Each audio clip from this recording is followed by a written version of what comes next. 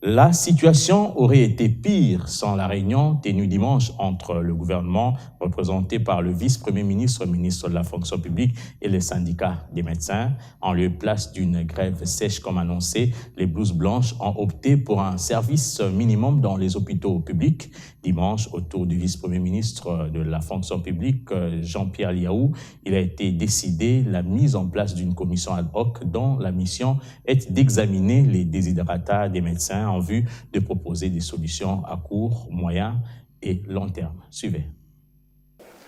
Sur instruction de son Excellence, Monsieur le Premier ministre, chef du gouvernement,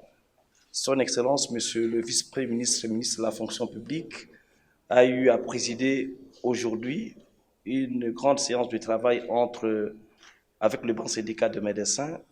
à l'issue de laquelle il a été décidé la mise en place d'une commission qui va devoir examiner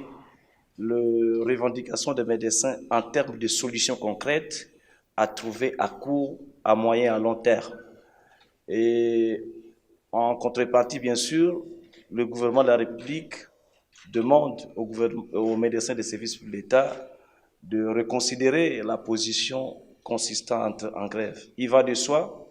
en tant que branche syndicale, nous nous engageons à amener l'information auprès des médecins qui auront à décider de l'option finale à prendre.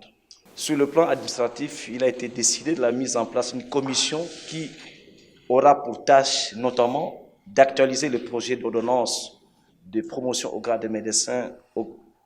résidents, chefs cliniques et généraux,